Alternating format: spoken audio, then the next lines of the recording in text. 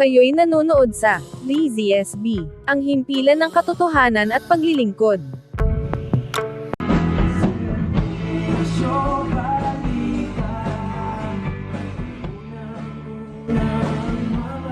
Basurang nagdulot ng pagbaha, pinahakot na. Bago tayo magpatuloy, huwag pong kakalimutan, mag-subscribe sa aming channel.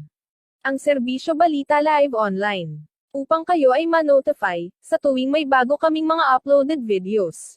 Makaraang magbaha sa ilang bahagi ng Barangay Labas, dito sa lungsod ng Santa Rosa, agad na nagpadala si Kapitan Ian De Guzman ng mga kawani ng barangay upang linisin at alisin ang mga basurang naipon sa kanal dito. Tumulong din ang ilang mga residente upang mas mapabilis ang pag-aalis ng mga boomerang basura at mga kahoy.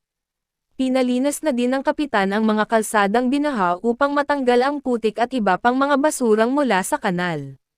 Nanawagan naman si Kapitan De Guzman sa kanyang mga kabarangay na iwasang magtapon ng mga basura sa kanal, at sikapin alisin na agad ang mga sanga ng puno na makikita nilang nahuhulog dito, upang maiwasan ang pag-ulit ng nasabing pagbaha.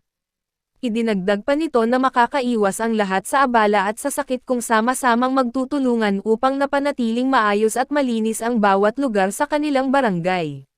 Ito si Rina Rabotica, ang AI reporter ng Serbisyo Balita, nag-uulat para sa DZSB, ang himpilan ng katotohanan at paglilingkod.